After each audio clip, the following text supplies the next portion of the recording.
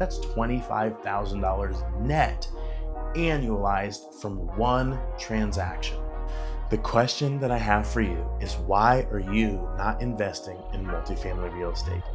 And what are you missing out on by not investing in multifamily real estate?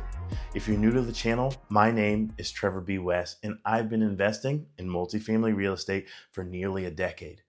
My career here is preceded by my time in the military, and I take those experiences and that training and I apply it to my real estate career, and I bring that information to you here. So in this video, we're going to break down the value of investing in more units instead of single family properties, as well as what are the benefits of investing in multifamily specifically, but of course, real estate as a whole. So let's get ready to jump in. Savvy investors, we understand that there are 5 major ways that we make money in rental real estate. The first one is obvious: cash flow. The money that's left over from the renters paying their rent after all expenses. That's money straight to you. The second, market appreciation. That's the value that your property gains naturally, God willing, over time. We have forced appreciation, which we're going to talk about a little bit in detail, which is when we add value to the property, we then increase the value of the property. This works in both single family and multifamily, but they work a little differently. Single family, you add value to a house that is vacant, nobody's living in it, it needs renovated. You do said renovations, forcing that appreciation, and then you sell on the market. Versus multifamily, it's based on income. When it's 5 units or above, the more value that the property brings in income-wise, the more the property is worth. Of course, we have taxes because we pay less in taxes as we invest in more properties. And then probably my favorite line item on this one is the mortgage buy down. It's the craziest part of real estate, in my opinion, which is somebody else is buying this property for me. As renters pay their rent, I take that money, I pay it to the mortgage company, and that lowers my principal over time. I own more equity in that property that did not come out of my own bank account. Absolutely mind-blowing. Now, the beautiful part about multifamily real estate, and let me clarify, when I say multifamily real estate in the context of this video, I'm talking about 5 units or above, because anything above 5 units makes it commercial multifamily.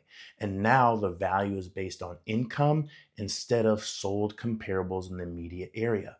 But where single family gets it wrong is it's based on market appreciation. And a lot of investors, I would say not so savvy investors, bet on market appreciation.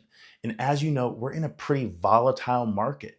Flips are sitting longer. Properties' values are not going up nearly as much as they were a few years ago. So we, as multifamily investors, especially 5 units or above, we have forced appreciation. We increase the value of the property by renovating it, raising rents, and now the property value is higher. But of course, cash flow, and that's really what it's all about. We bet on cash flow. Does the property make well and above more than what we have for our mortgage and our expenses? And that's the beautiful part about multifamily real estate. We take that cash flow and we flow it into the areas of life that we want to flow it into. Whether we want to grow the business, so we bring that money straight back into our business account and we continue to hunt and look for the next deal, or to sharpen our operations. Or, and this is what I love, is we can take that money and now we can use that property to fund our retirement account. Our 401ks are no longer doing what 401ks were designed to do. Retirement accounts, we've all heard the story of people getting the rug pulled when they were getting ready to retire, or simply not being sure of what the future holds because our company doesn't offer a retirement plan. It's weak or shaky at best, and we just want to eliminate that worry.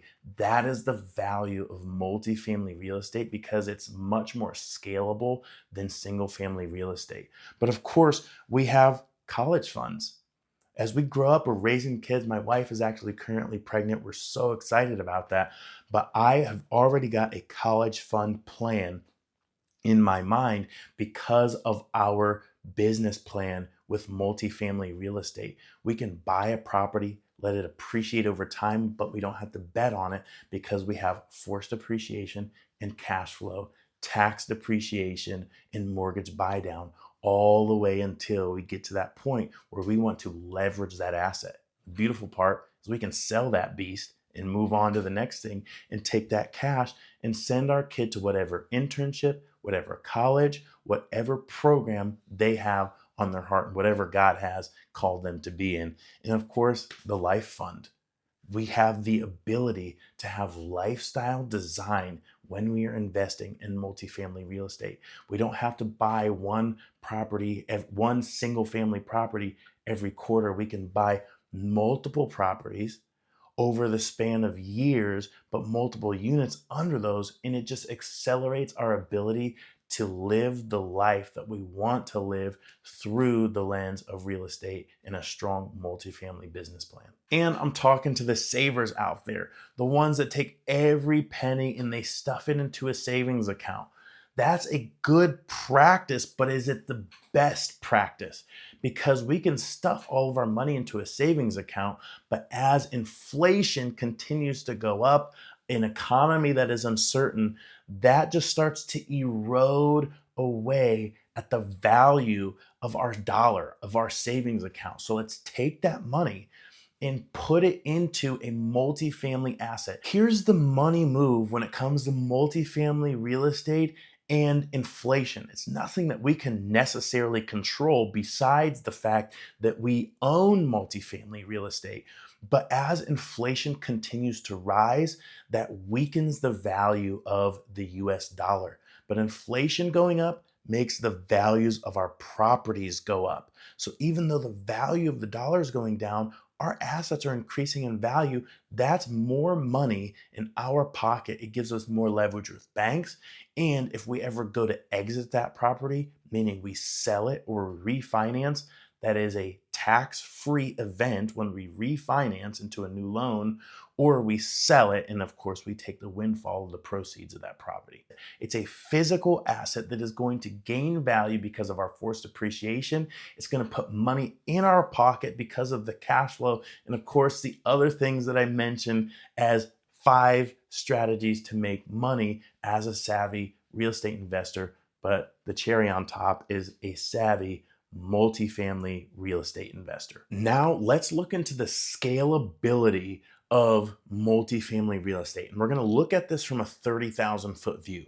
But before I break that down for you, I want to just kind of dispel and break down the myth of door count, because you'll find this in multifamily real estate is how many doors do you have? This happens in single family, multifamily, it doesn't really matter.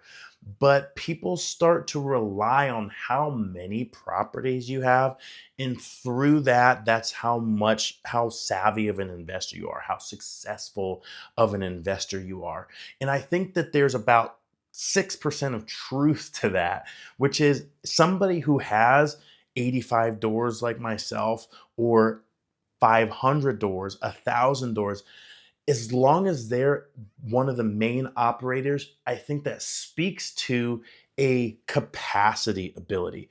This person has a capacity to do big things, but I think that's about as far as it goes, because door count means nothing if you're not making any money. The way that we operate our business is we want to make $200 net per door for any property that we choose that we're going to acquire, right? So whether I have 10 doors, 85 doors, a million doors, that is our metric. Because if you buy even one door and you make $5 net, or you lose $5 net, $200 in the negative, that's not a strong investment strategy. We want to make sure that regardless how many doors we have, one, it is a business that we enjoy. Two, it is meeting the goals that we have set out. If I have a life that I want to live that has these certain things in it, as long as I have those things, I'm running a very successful business because we define success for ourselves. We do not need to get mixed up in what other people think success should look like in our business because it's defined here in house way before it ever takes feedback from the outside world. Now, the scalability of multifamily real estate. I was a multifamily investor from my very first acquisition, but right before that, I was on the fence.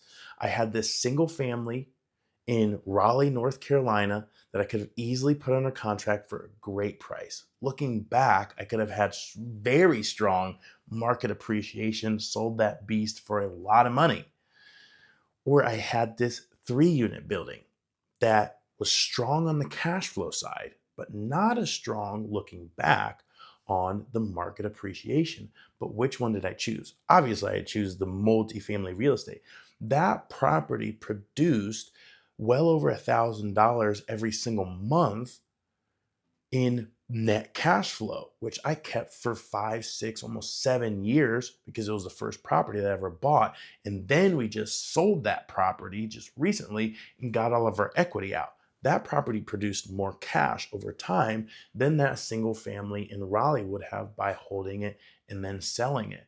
So that multifamily property sustained my lifestyle. It allowed me to get out of the Air Force with other properties with it and other income sources as I was working as a real estate agent as well. But that property provided me the ability to go do more of what I wanted to grow versus waiting for the appreciation to catch up with that single family property.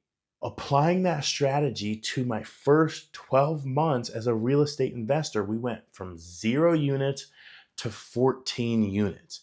That's a pretty quick scale up journey as a newer investor. Now, the last 2 years looked a little different. So there was a middle part where I didn't buy any properties. That's a story for a different time, and I've probably talked about it in a different video. But at the end of 2023, I bought 2 6 units. I went from 18 units to 27 units. Just 7 months later, 8 months later, we bought a 28 unit portfolio in September of 2024. And then we bought a 17 unit portfolio in October of 2024. So just in less than 12 months, we went from 27 units and we flipped those numbers to 72 units. Why am I telling this story? Because we're talking about the scalability of multifamily real estate. We bought 57 doors in less than 12 months.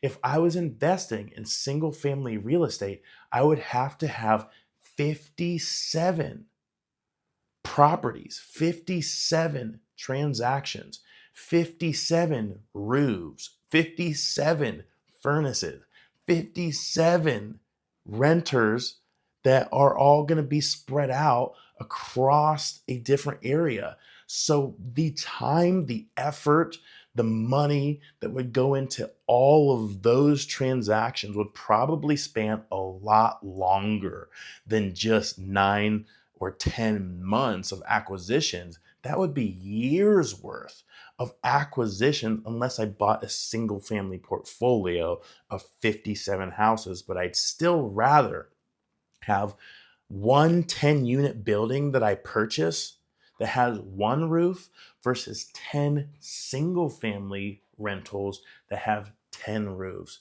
The scalability is then we can have one manager go to one property versus one manager have to go to 10 different properties. Way easier to keep track of because across our 85 units, we have 17 buildings. So we can keep track of our locations a lot easier versus being spread all around town. And our investment strategy is not to invest more than 30 to 40 minutes away from our home base. That way we can go out, we can physically reach and touch our properties because if you're like me, you're out of sight, out of mind. I had some properties in North Carolina. We've recently been divesting of our North Carolina portfolio and selling them, but they're out of sight, out of mind. When we went to sell these properties, the property managers weren't conveying appropriately the information that we needed to stay up on our deferred maintenance. So there's missing steps and there's things wrong with the property that we needed to go in retroactively and fix those things because they're far away. But now our properties are right here. Man, I drive by them almost every single day. Hey, we need to fix this. Hey, this is going on over here. So you keep a more keen eye on your portfolio, which protects its value. It keeps your renters longer and they're easier to rent out and just keeps your costs lower overall. Now, reminder, we're still looking at this from a 30,000 foot view, but I want to illustrate the comparison between buying a 10 unit building versus buying 10 single family properties. So we recently did this in the portfolio of 28 units. There was a 10 unit building. So let's break down those numbers. What we paid for that building was $335,000, which is roughly $33,500 per unit. You're not buying a single family building that for 33,000, very rarely, I won't say not because dude, anything can happen and that's the beautiful part of real estate. But very rarely are you going to buy a single family house for $33,000 and only need to put $10,000 to $12,000 into it to renovate it to make a few $100s in cash flow. Now, the cash flow might be a little higher as long as you buy right on the single family side. But again, it's how quickly can we scale this to get to the lifestyle design that we want, as long as we're scaling to be better before we scale to be bigger. More on that in another video. But we renovated that entire 10 unit building for about $120,000. So our all-in cost with purchase price and our all-in cost with renovation cost combined was about $455,000 to $475,000. So we fixed that building up, we filled it up with renters, and because it's bringing in $8,000 a month total cash flow gross, it got a value of $680,000 total. That's $68,000 per door. So we literally doubled the value, and that's forced appreciation because we renovated the property, we increased the value, and now the appraisers say, how much money is the property bringing in versus what other properties have sold recently in the immediate area that we will then attach value to it. So if we are having about $1,500 a month in rental and maintenance costs, and then we have our principal, interest, taxes, and insurance taken out, we're bringing in net $2,140 a month, which is approximately $214 per unit. Annualized, that's $25,000 net annualized from one transaction. And the kicker is that $680,000 of appraised value, that forced appreciation, when I go to refinance, the bank is going to give me 70% of that $680,000, which is $476,000. Now, if you remember, our all-in cost with purchase price and renovation cost was $455,000 to $475,000. So that's a clean burr. And then when we refinance out, we have little to no money left in this deal that produces $25,000 annually in net income. Now, let's compare that to buying 10 single family homes. In my market here in Northeast Ohio, you could buy a single family rental that would need some work for around $100,000. So let's work off of that number. We're talking about 10 units, 10 doors. So on the single family side of things, we need to buy 10 houses. And that would be $1 million at an average purchase price of $100,000. Not to mention, we need to fix up these rentals. Single families are obviously a lot larger than one bedroom apartments. So the $10,000 to $12,000 to get this thing turned, rent ready, and not just slap some paint on the wall, not just do the absolute bare minimum just to get a living, breathing body in here, which is what a lot of slumlords do. Hashtag no slumlords, not here, not in our business. But you're going to need to spend probably $15,000 to $20,000 to make this a bulletproof rental. When I say bulletproof, we're using higher end things, not the junkiest of the junk, so we can get a renter in there that will stay not just for a year, but for 5 years, 10 years, for as long as we can get them to stay and that they're happy to stay. So our all-in cost is much more, $1 million just on the purchase price. And if we go $20,000, that's an extra $200,000 that we need to invest into the property. So our all-in cost is $1.2 million. But we're also missing out on the time. How long does it take to find 10 viable single family rentals in areas that we want to buy for prices that we want to pay them for? It's challenging to equivocate the cost, what the value that you're missing. But as we broke down in the 10 unit apartment building, we're missing out on $2,140 net cash flow every single month. What could we do with that extra cash flow? Going back to the things that we talked about before, the retirement fund, the college fund, the lifestyle design, the looking toward the next project, the next target, so we can get another 10 unit building, a 5 unit building, a 30 unit building to continue to grow and go on this real estate scale journey. So back on the number side of things, when we were talking about the 10 unit building, we did that refinance. We basically did a clean burr, or at least it was very close. We left out some closing costs, but we had very little money left in the deal. But on the 10 single family homes, let's say that we bought all those single families for a good price. They're worth, when they're fixed up, $150,000, but we bought them all for $100,000. So now that they're all fixed up, took us a lot longer because separate locations, separate crews, separate everything to get those properties 100% operational. Let's say we got $150,000, which puts us at, I'm with my calculator now, $1.5 million. So we added $500,000 worth of value. We needed to spend $1.2 million to get there on the purchase price, $200,000 on the renovation costs. And single family houses tend to get a higher loan to value. So let's multiply that by 75%. So we're going to get 75% LTV. That leaves us at 1.125 or $1,125,000. But our all-in cost was 1.2 without closing costs, without all the things. Some properties might need more than, $20,000, but for the sake of the argument, we're leaving at a bare minimum $75,000 in the deal. And if these properties aren't super cash flow strong, which in today's market, they're not going to be, you're going to profit, you're going to net cash flow, maybe $200, $300, if you're lucky, $400 per property.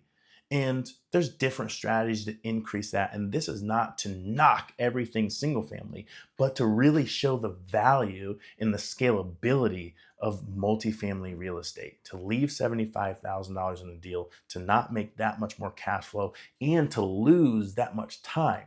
Because as I described earlier, in less than a year, me and my company, we were able to scale our company up 57 doors. And with a net of $200 per door, you can do the math.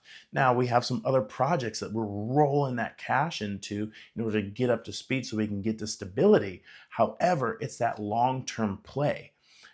Oh, if I'm going to take 5 years to invest in property, I'm really going to dig in. Do I want to use that time on single family, or do I want to use that time on multifamily? And lastly, income-based value versus sold comparables value. We've been pushing and pulling on this and illustrating this throughout the entire video, but I want to ensure that we land the plane.